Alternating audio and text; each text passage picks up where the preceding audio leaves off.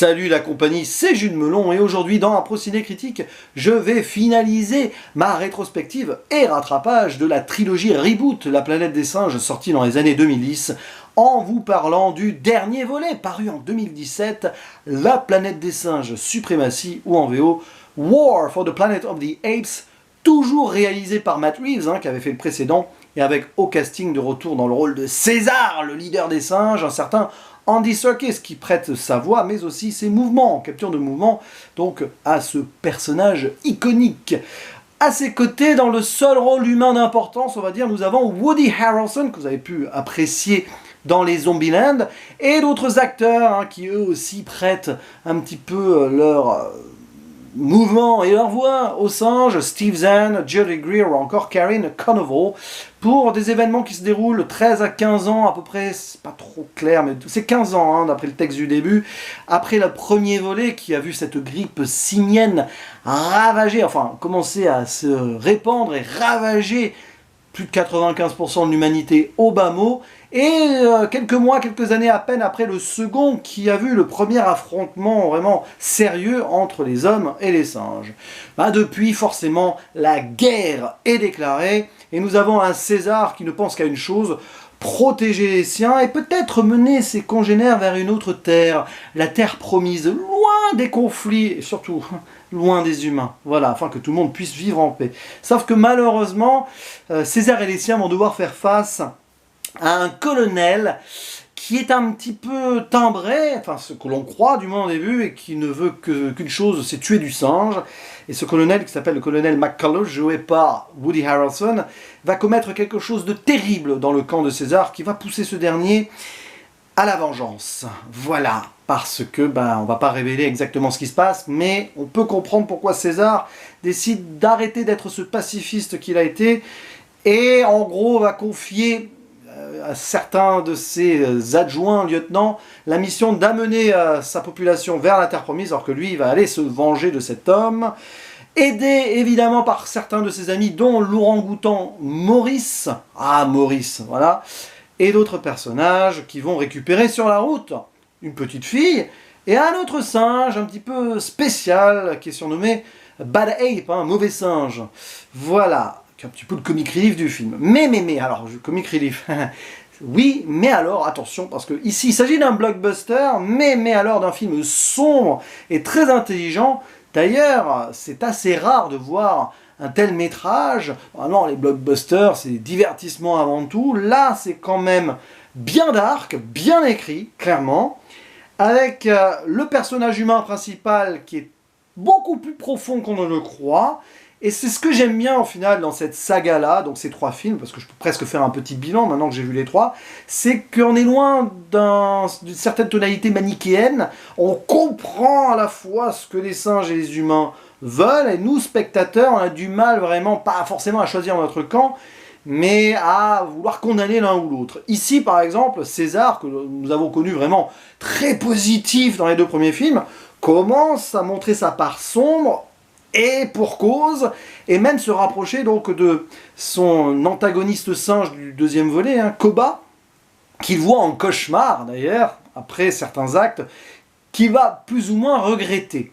Et alors ce désir de vengeance, on ne pouvait pas le voir venir en cela, quand on voit comment le second film se termine, et franchement, c'est plutôt bien amené, c'est assez pertinent, je trouve, et ça ne tombe pas non plus dans une certaine facilité, il y a vraiment un degré de profondeur derrière, et celui-ci colle parfaitement avec donc ce personnage du colonel qui est une relecture un petit peu du colonel Kurtz dans Apocalypse Now, parce que franchement Apocalypse Now, si vous avez vu ce film, grand film de Francis Ford Coppola, c'est clairement une référence majeure ici. Matt Reeves ne s'en est pas caché, on voit même d'ailleurs le personnage de Woody Harrelson se raser le crâne, si ça rappelle pas Apocalypse Now, avec, en plus de cela, au-delà de ces dimensions assez épiques, parfois oniriques et poétiques sur certaines scènes d'ailleurs, pas pour rien qu'il y a la petite fille et tout qui ne peut pas parler, pour des raisons que j'expliquerai pas ici d'ailleurs, et vous avez aussi une véritable allégorie, un symbolisme religieux tout au long du film. Alors, peut-être parfois c'est too much,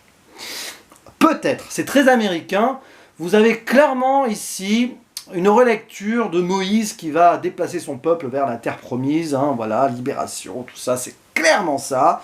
César, c'est Moïse. Il y a des moments où on voit des personnages crucifiés. Il y a beaucoup de plans qui sont vus d'en haut, comme si Dieu avait un regard sur les actions ici entre les hommes et les singes, sans porter de jugement, comme nous, spectateurs, nous ne pouvons pas en porter d'ailleurs.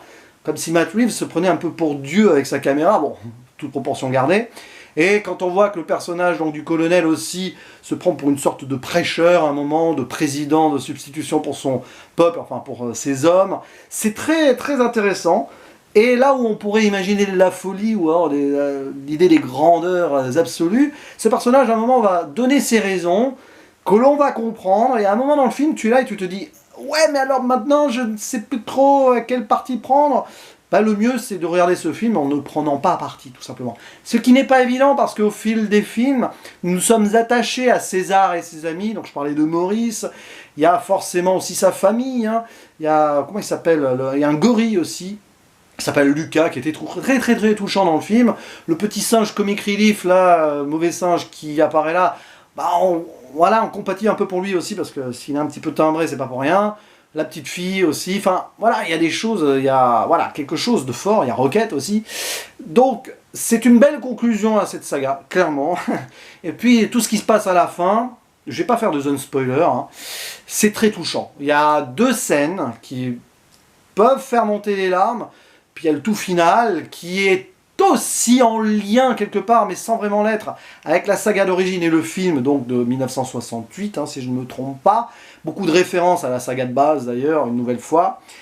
Et c'est beau parce que ça ferme une sorte de boucle là, tout en annonçant potentiellement ce qui se pourrait se passer des années après. Donc du coup, quand on revient sur le premier film de l'histoire du cinéma, de cette adaptation du roman de Pierre Boulle. Évidemment, c'est pas forcément une sorte de préquel voulu d'ailleurs, hein, c'est pas pensé comme cela, mais on voit que ça pourrait faire sens, du moins, ainsi.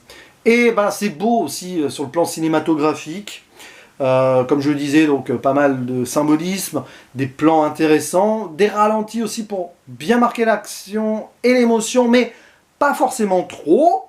La belle musique aussi de Michael Giacchino, qui vraiment ici nous offre une de ses partitions les plus convaincantes. Hein. C'est un bon compositeur d'ailleurs, hein. Mais là ça marche quoi. Alors oui, il y a des petites longueurs, peut-être par moment, parfois too much, je le disais, notamment sur le symbolisme.